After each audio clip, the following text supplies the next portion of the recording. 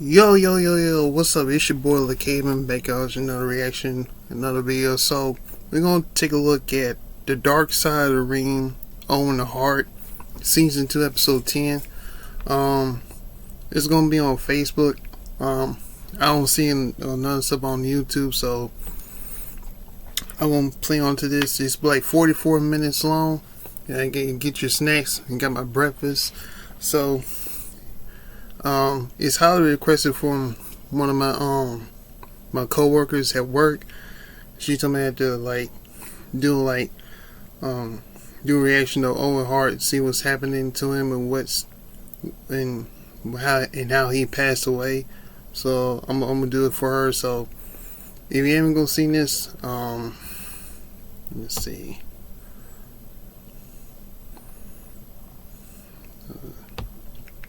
Make sure I copy the link on there.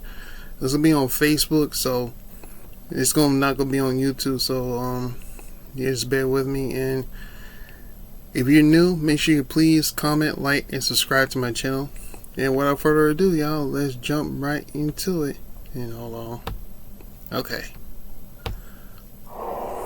As a fan of Owen Hart, pioneer of all pioneers, one of the best. I knew that this guy was going to make it. You can tell. When I grew up, I wanted to be just like Owen Hart. He was really the chosen one. Owen, he just had a very nice aura. He was always just trying to spread the joy. And he was cast in the role of a lifetime. Owen Hart was a naturally gifted wrestler. He was born into a legendary wrestling dynasty, but he put family above all else. Despite his success in the ring, he was always searching for a way out of it.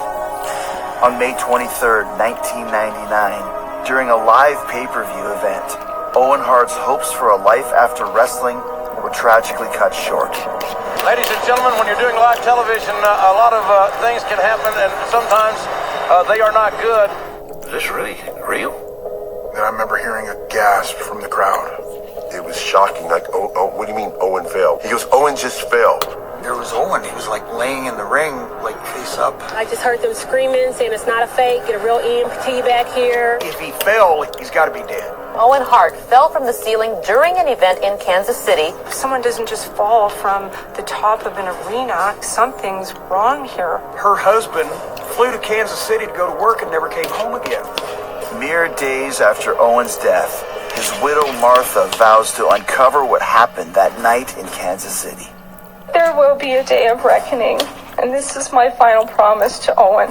It was out of respect for Owen. I can't let everything that our life was just be all for nothing. Dark Side of the Ring. The final days of Owen Hart.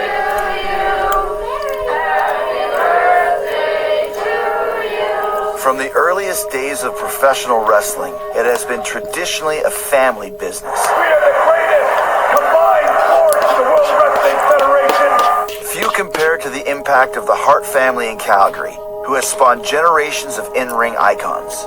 Despite being the youngest of 12 siblings, Owen Hart was considered a true prodigy.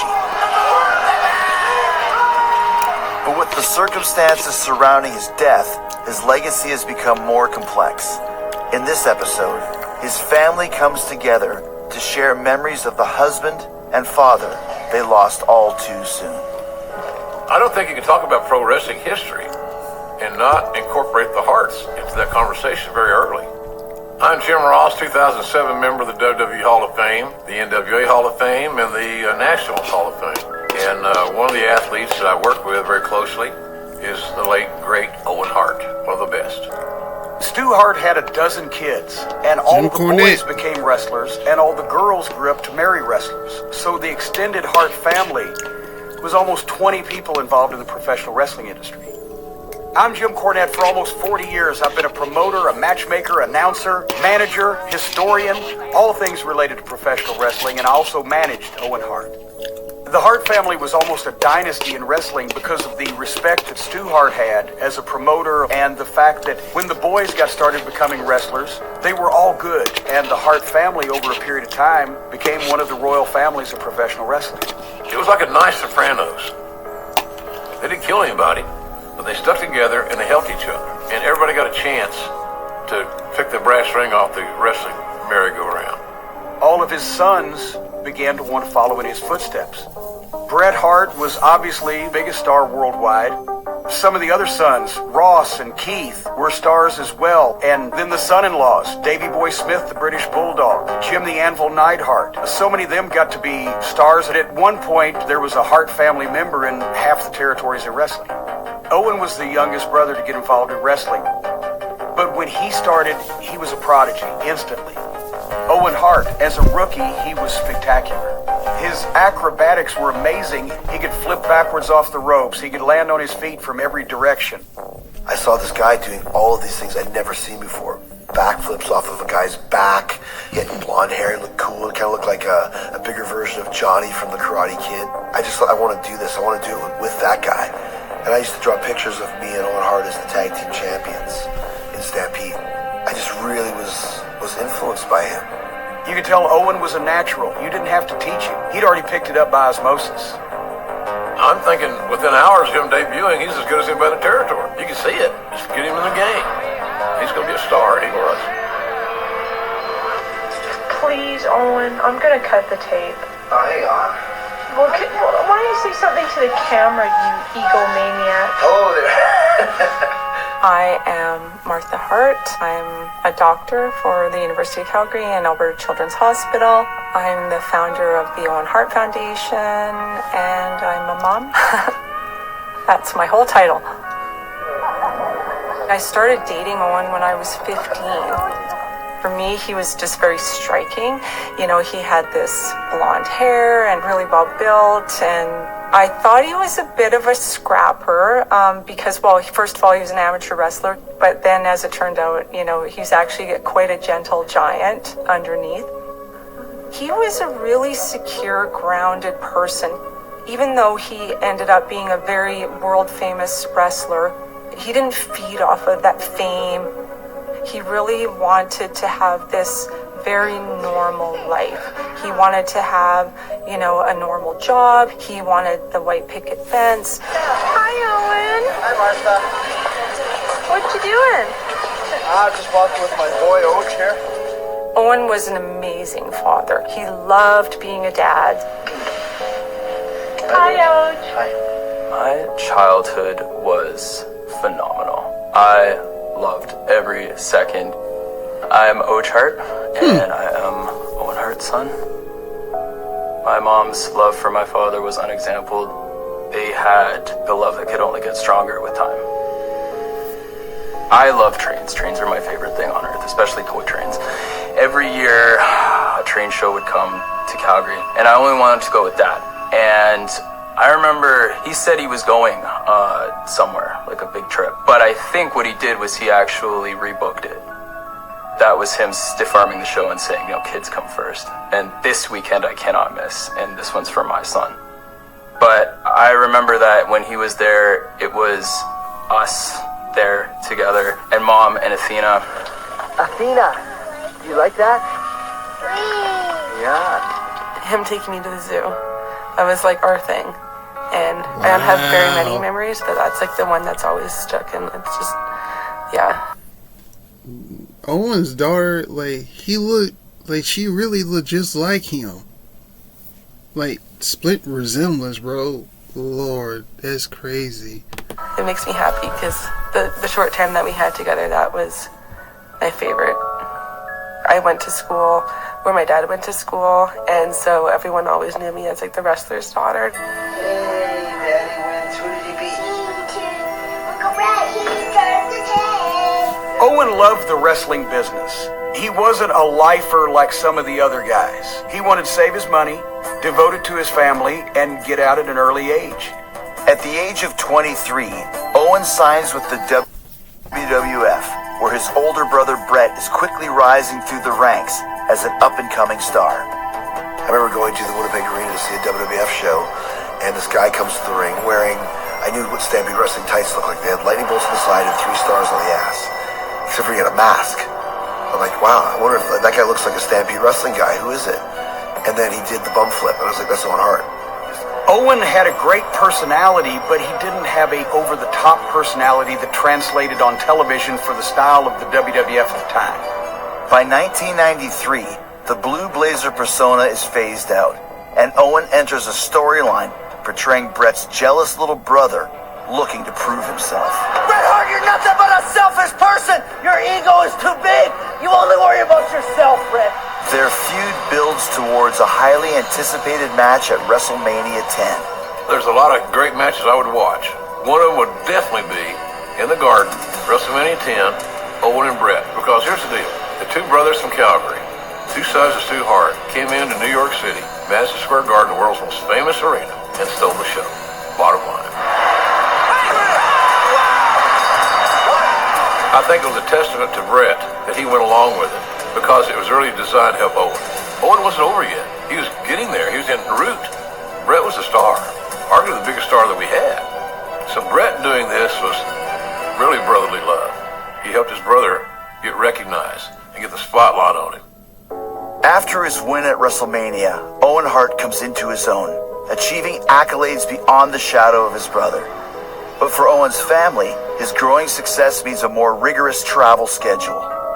He was gone over 250 days a year, and he would go 10 days on and then 3 days off. Just on my way to go wrestle at the Nashville Municipal Auditorium. It was just a revolving door of, he was home and then he was gone and home and gone. It's a rough life, but one day I'll have hopefully some money to pay for all the aches and pains that I just realized that that in wrestling, there's no way you would ever be coming back. Because you go into your business, you go into wrestling. It's like you miss your birthdays, you miss your kids, you miss your baby's first step, or you missing your graduation and stuff. It's like, man, it's so much, like, it's the schedule.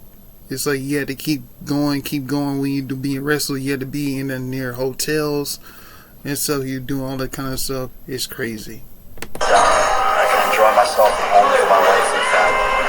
That's nice. In 1997, Bret's controversial departure from the WWF to rival company WCW shakes up the entire industry. In an incident known as the Montreal Screwjob, Bret is stripped of his championship belt following creative differences with the company. Fans witness real-life backstage drama unfold as Bret is left stunned on live television. The Montreal Screwjob was a double cross on Bret Hart, and Bret was hot. He was mad. Even though Owen didn't share the same sort of philosophy or view of wrestling that, Bret had, he knew it was important to his brother, so he knew his brother was going to be crushed. So as soon as that happened, he went right to the ring and told Bret, don't worry about it. It doesn't matter. It's all garbage anyway. But for Bret, it was a stab in the heart. This thing was taking on a life of its own, and it was starting to look bad and reflect poorly on the WWF, and they wanted to keep one member of the family. The fact that we knew Owen was going to be a star, big star, not a star. He was already a star. But to get to the next level, we gave Owen a new contract. You can't lie to people. So, we had nothing to do with Montreal. Bullshit. It had a lot to do with Montreal. Come on. But that's not bad. It's just what it is. We knew what we had, and he was so motivated from being Bret's little brother to being Owen Hart. And with Bret gone to another team, it helps facilitate that. It has been said that anything can happen here in the World Wrestling Federation, but now more than ever, truer words have never been spoken. Vince McMahon wanted wrestlers to start being actors at this point, and he couldn't understand why they didn't want to go along with it. Because the way that wrestlers had always been portrayed was, you're not playing a character, this is you. Surely the era of the superhero who urged you to say your prayers and take your vitamins is definitely passé. In the new entertainment attitude era, they didn't know what to do with Owen because he was just a great professional wrestler. They kept trying to find something to plug him into. Well, let's get him in an affair with somebody. Deborah McMichael. Owen was the one guy that was always pushing back. I don't want to do this angle. I don't want to look like I'm, cheating on my wife with Deborah. It was that tipping point that we reached at that time between we're not going to use great wrestlers just because they're great athletes and they're great wrestlers. They have to be willing to put on goofy outfits and do skits. Check this out. Owen Hart, man, his head is not in this at all. So that's what when they came to him with a revival of the Blue Blazer as a comedy gimmick, okay, sure, at least that's not going to make my family look bad, right? It's just stupid. Here it comes. It's Owen Hart. The Blazer is Owen Hart. You got one of the top 4 or 5 workers in the world, and you want to put him under a mask, an unknown mask, the Blue Blazer. Couldn't work. Bottom line is really simple. Creative couldn't find a better idea to utilize for the best technical workers in the entire world, and I found that to be embarrassing.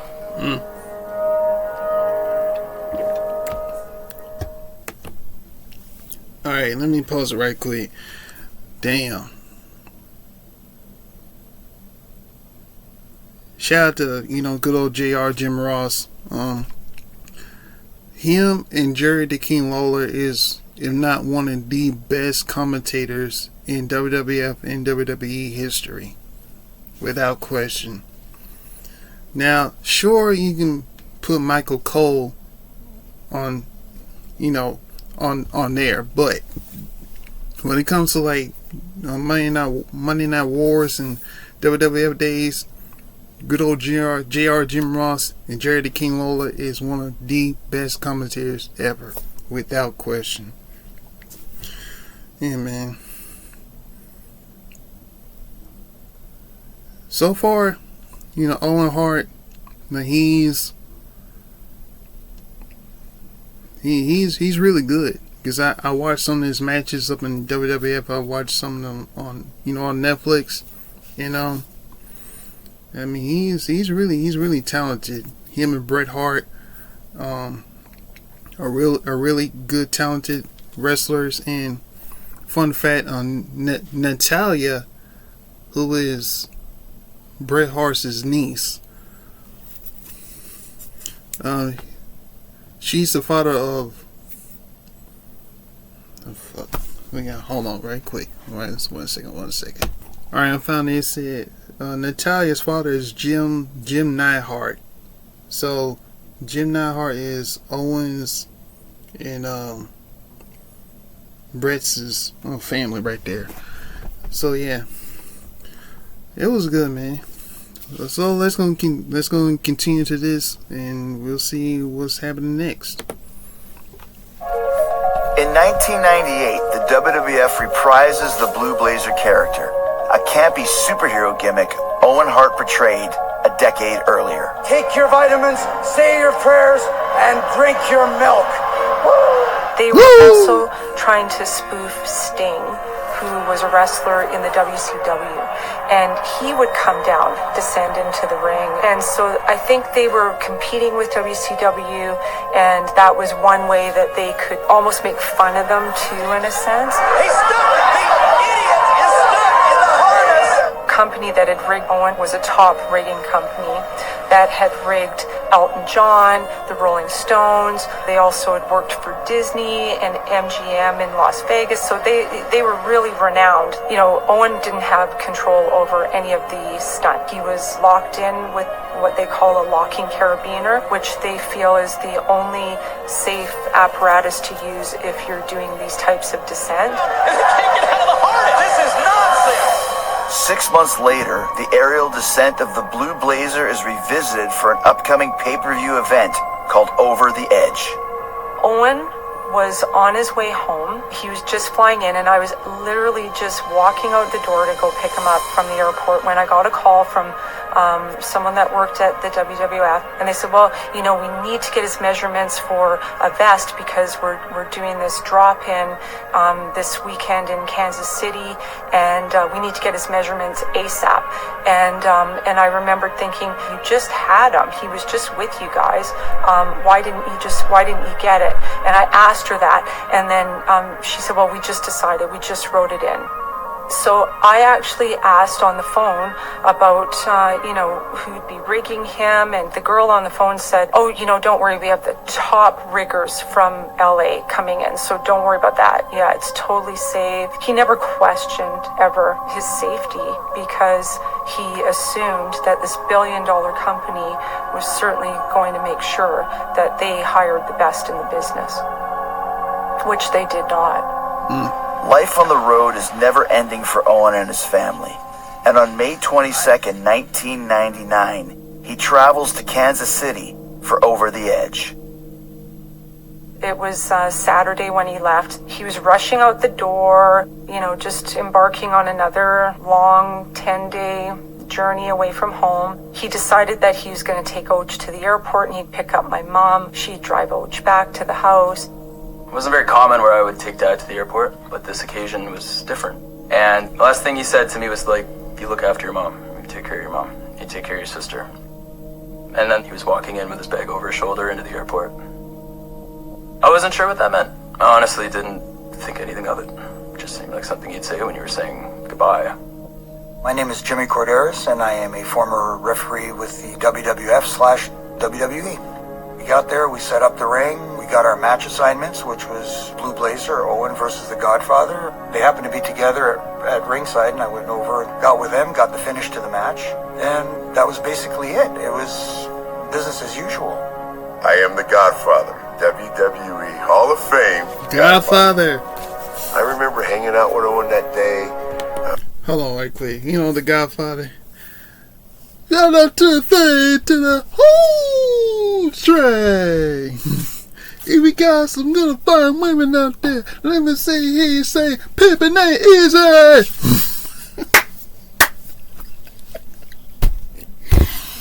I'm sorry, y'all, but the Godfather, bro.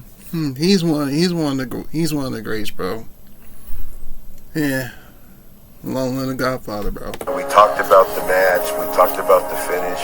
Just normal stuff, hanging out. We were sitting in the arena, and he said that he was getting ready to practice one of the things, and he did that, and I watched him. I had a feeling that day that Owen was not his normal, exuberant, enthusiastic self about what he was doing that night.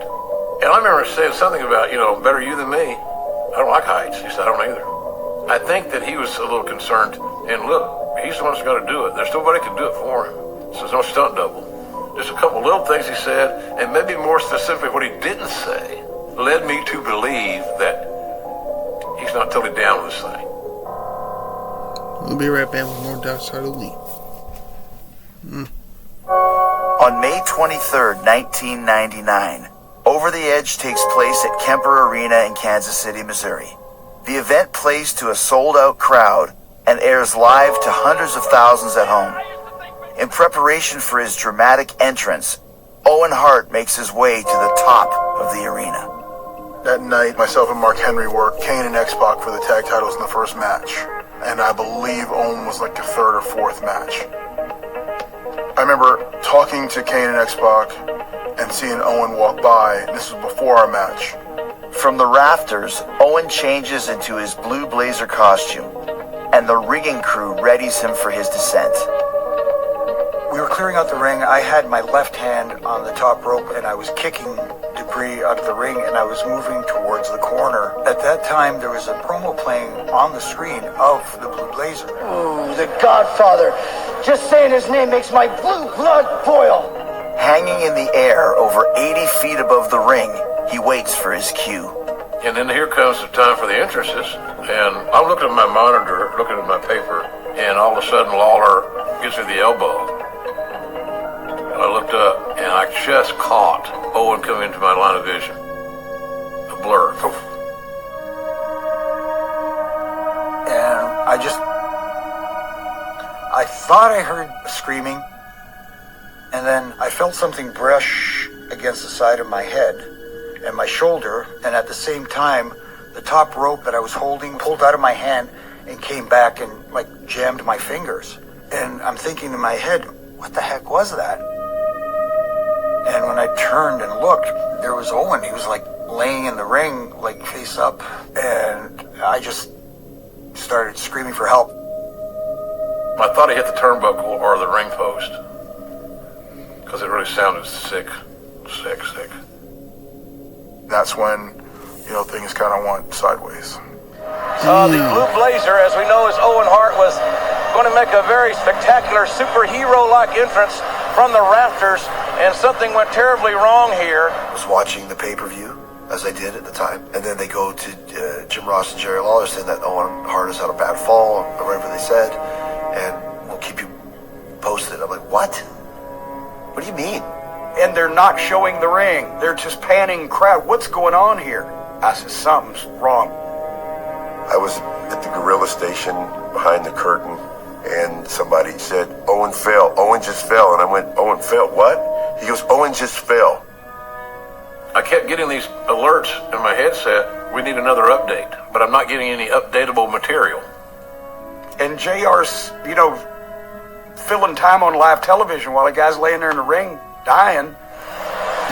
Well, it's one of the most shocking things I've ever seen. This is not your typical wrestling storyline. This is a real situation. I said, fuck, I've never seen anything like that.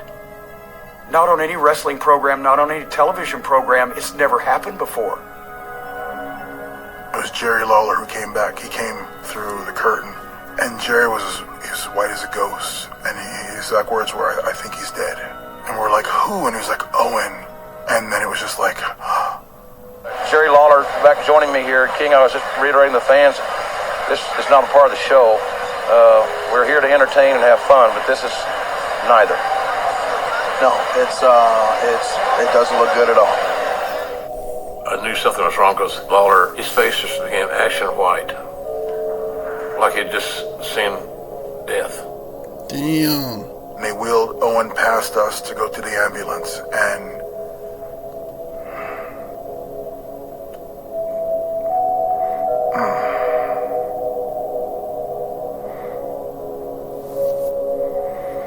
that's not even an image I want to even bring up in my head anymore. That was not what I wanted to see.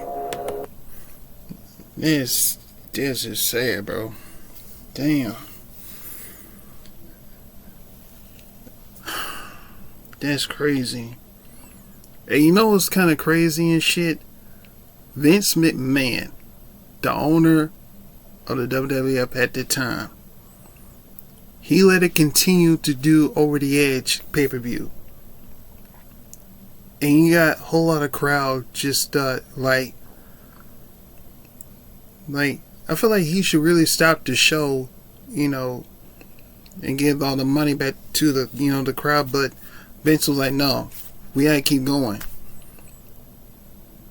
Wait, it's like Owen Hart just passing out in the ring. But I tell you, Vince is sick, bro.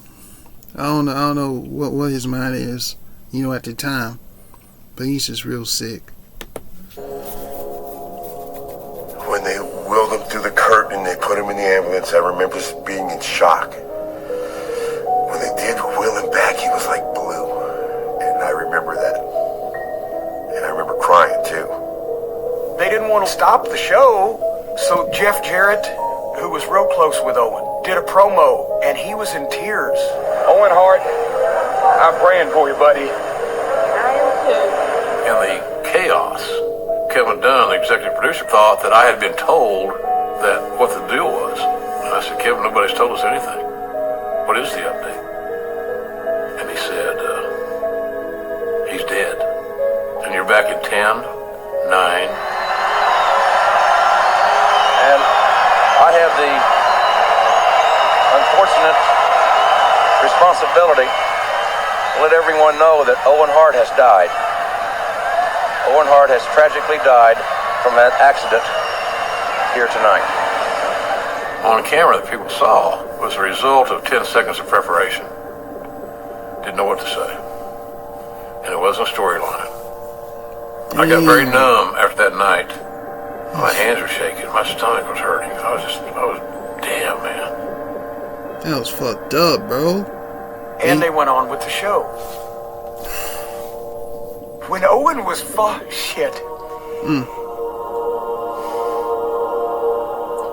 When Owen was falling, everybody that was there said the last thing that he yelled was, "Look out.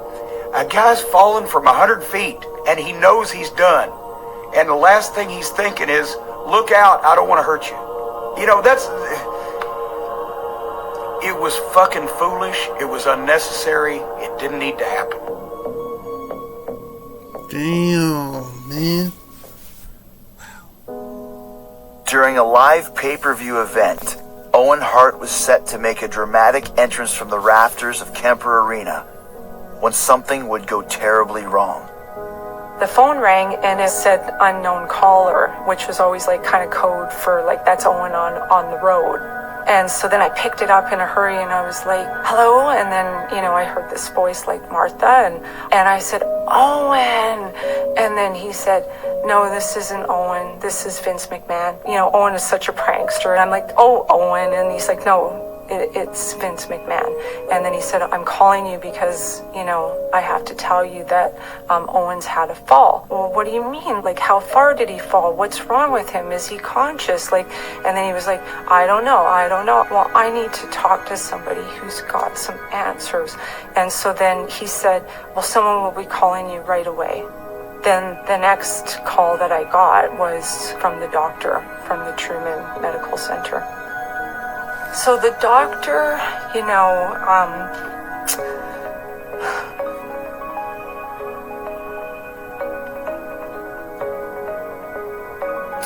Damn.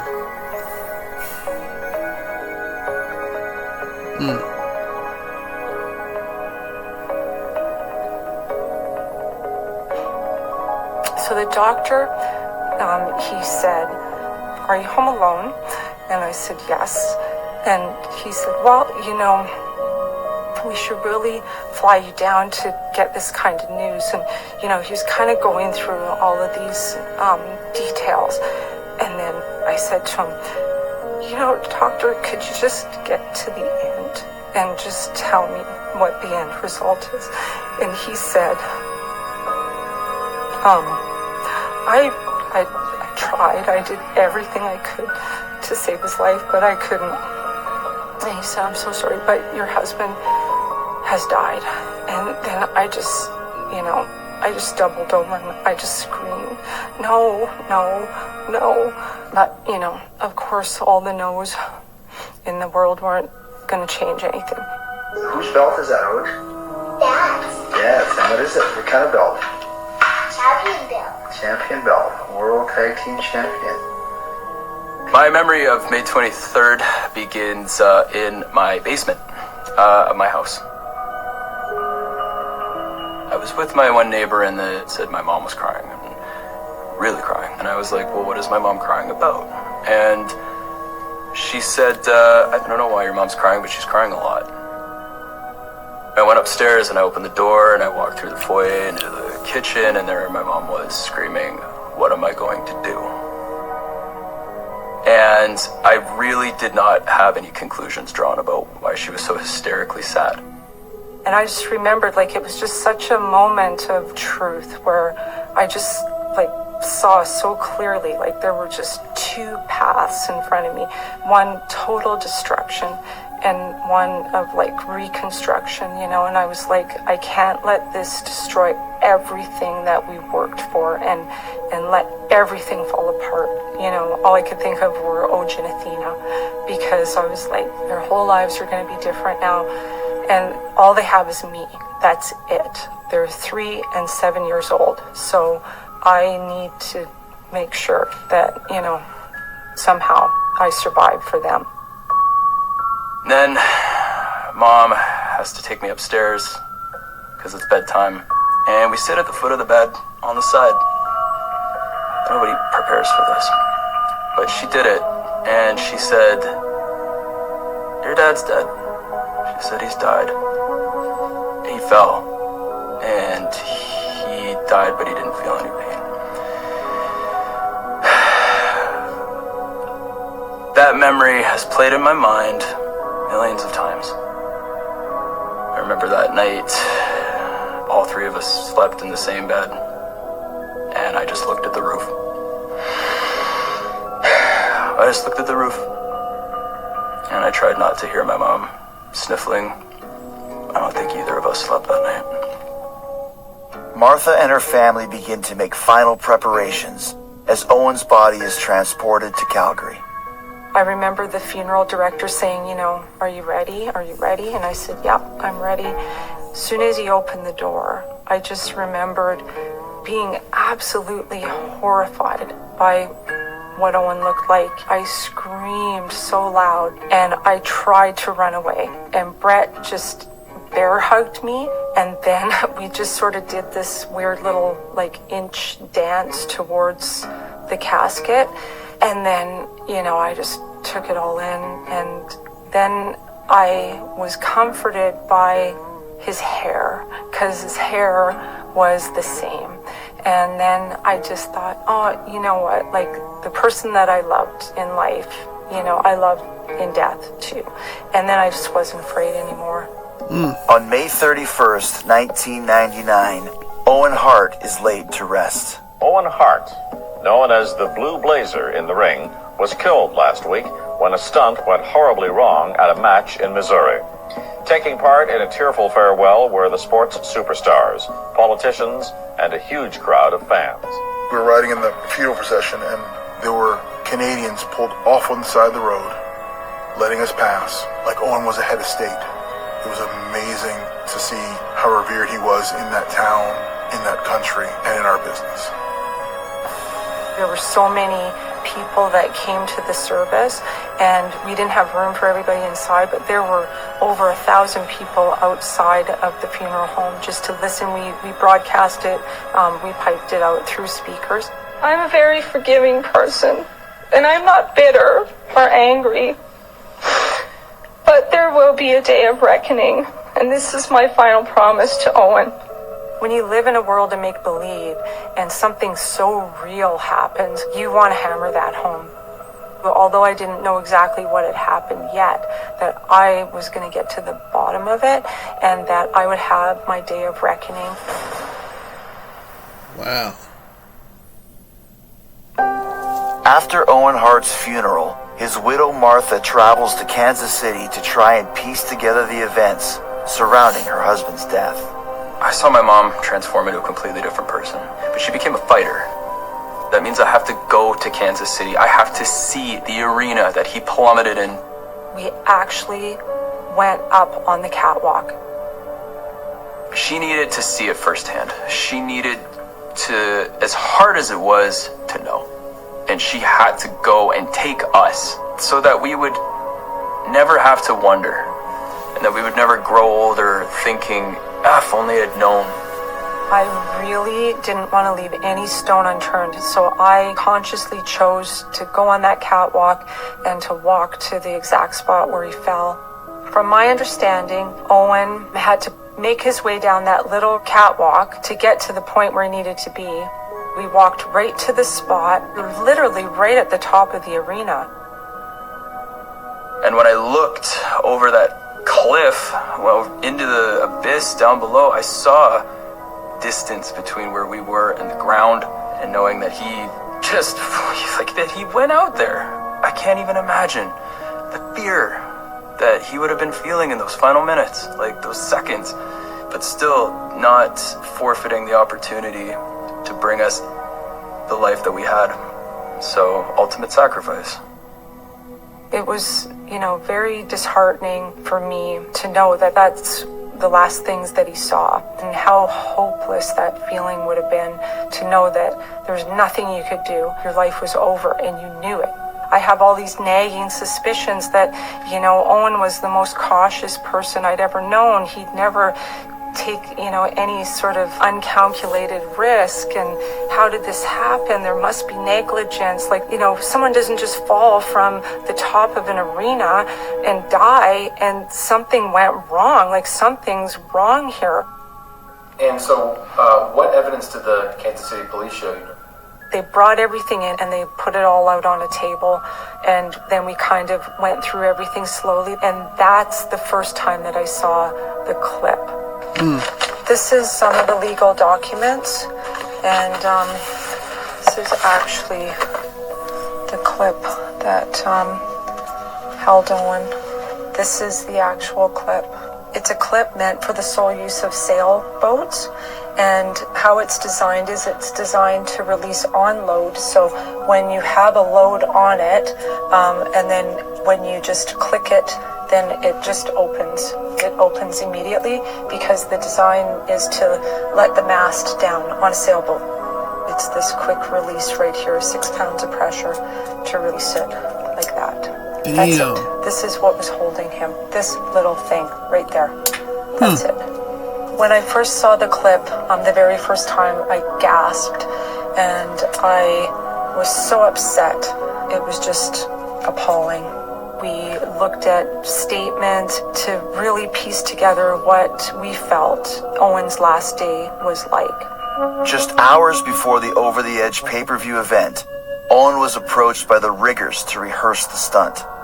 They had approached Owen and asked him to do a rehearsal, and then he said, "No, it's okay, I got it." Bobby Talbert said, "Well, but it's a different setup." And so Owen said, "Okay, to my understanding, they did it.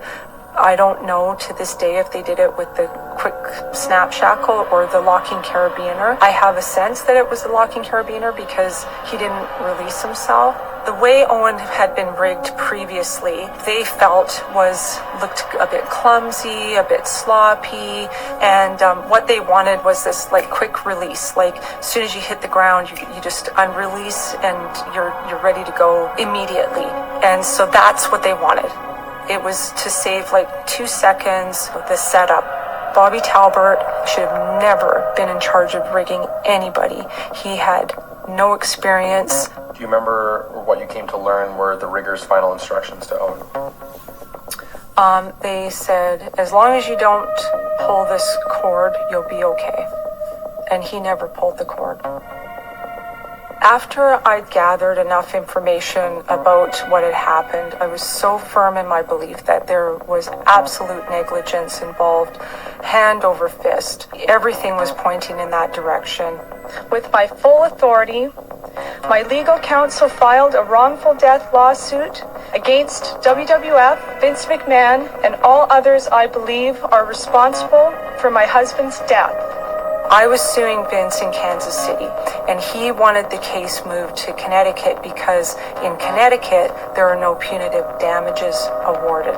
He chose to sue me, the widow, which caused a lot of grief, and on top of it, he was manipulating Owen's family. There were some people in the family that were for it, and some people that were against it when the lawsuit came up. I'm sure a lot of shock and trepidation amongst the core Hart family that you can't sue the most powerful man in wrestling because their family life had centered around professional wrestling. And there were still a lot of other people in the family that probably thought that Vince McMahon was going to be good to them in the future.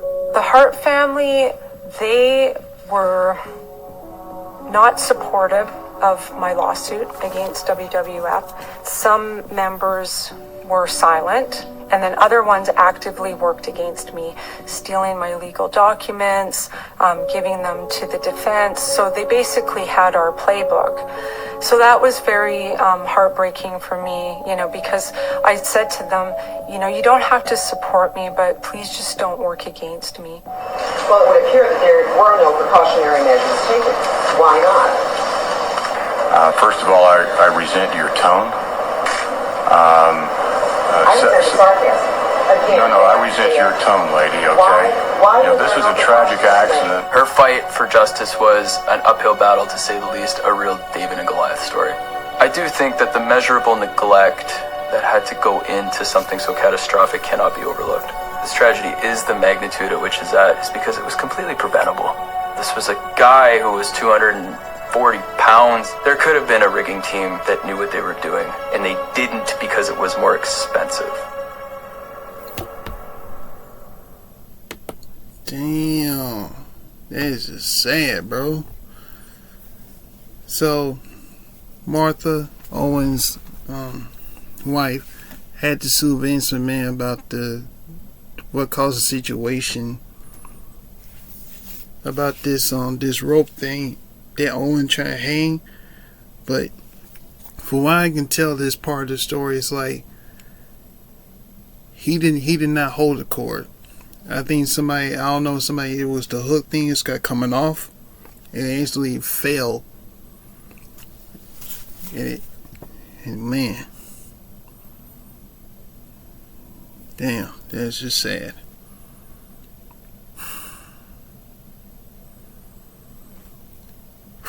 We got a little bit more, man. Let's go continue this. After a year-long legal battle between Martha Hart and the WWF, a settlement is reached in the amount of $18 million. For me, I didn't care about the money. I wasn't about money for me. I wanted this case to go to trial. That was my biggest, thrust from start to finish, was that I didn't want a settlement. I was looking for justice. I was looking for accountability. All my mom was trying to do was preserve the dignity that my dad had and give her kids the best life they could have. The settlement provides some closure, but the WWF's decision to continue the show after Owen's fatal fall remains controversial to this day.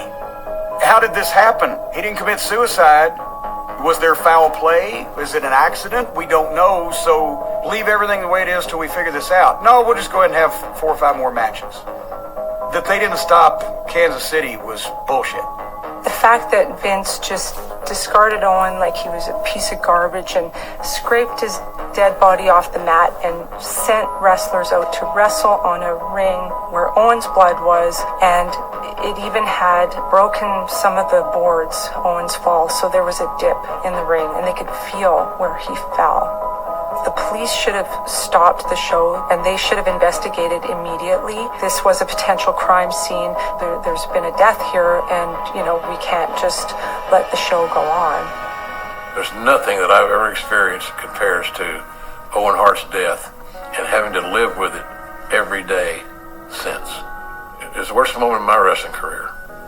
Maybe the worst moment of my life. Here's a vibrant guy that died unnecessarily before he could ever get to the peak of his career, who had a beautiful family and a wonderful mom and dad who were so proud of him because the youngest Hart had stepped away from the pack and he made his own way with his own style, his own uniqueness, and they were all proud of him. He was popular everywhere he went, kind of introduced this high-flying style all around the world. He was a pioneer. He could be serious, he could be funny, he could be a technician in the ring, he could be a high flyer in the ring. He was great at everything. Had Owen not died in '99, even though he was getting a little bit disenfranchised with the rest of us, think about who was coming into the business and coming into WWE at that time.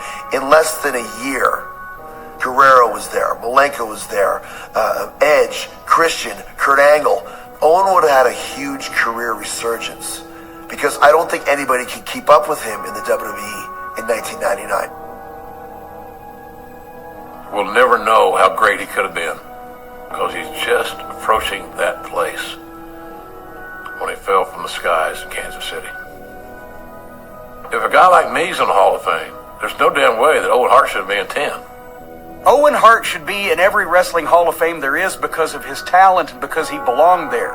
But he's not in the Hall of Fame because his wife does not want him celebrated and glorified by the same company that took him away from her. I would never allow for Owen to be recognized by a company that actually is responsible for his death. I would never let WWE put his name on a piece of silver and say that they got that.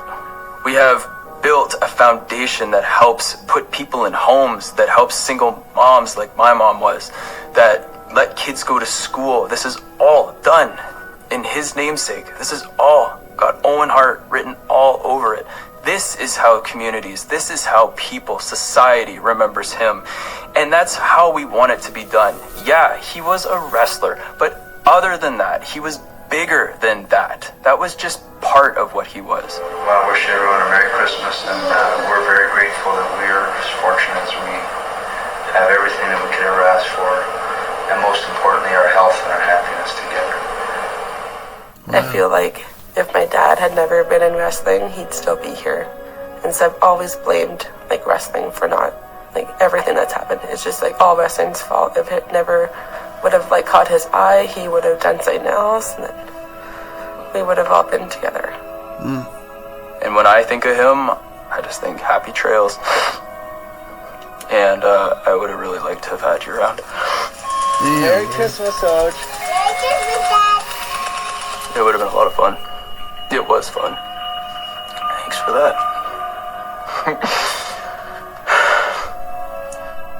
There was one person that always believed in me, and that was Owen. And I think he'd be so thrilled that Oj is a lawyer and that he's going to pursue human rights law, and that Athena's a journalism graduate and is pursuing that. When you lose someone that you love, because you still have all that love for them. I took all that love that I had for Owen and I created the Owen Hart Foundation. Our message is that, be kind to people. Life is hard, and everything we do through the foundation is a reflection of the type of person that he was. His generosity of spirit and the kindness that he exuded.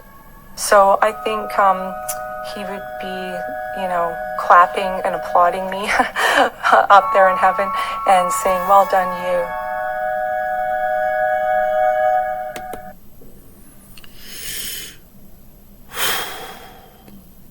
Wow.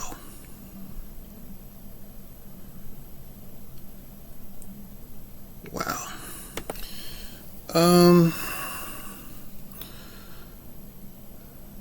That's crazy. That was Dark Side of the Ring, which is on by Vice. The Owen Hart story, season 2, episode 10.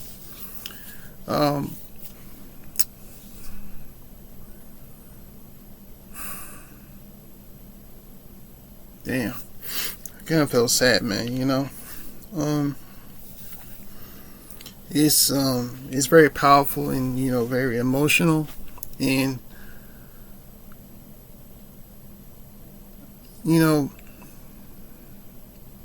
I'll never forget Vince McMahon of what he did. Because he let it continue to do the over the edge. While Owen Hart passed away.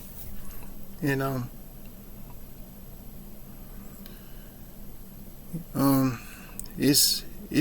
just sad, to see him gone so soon,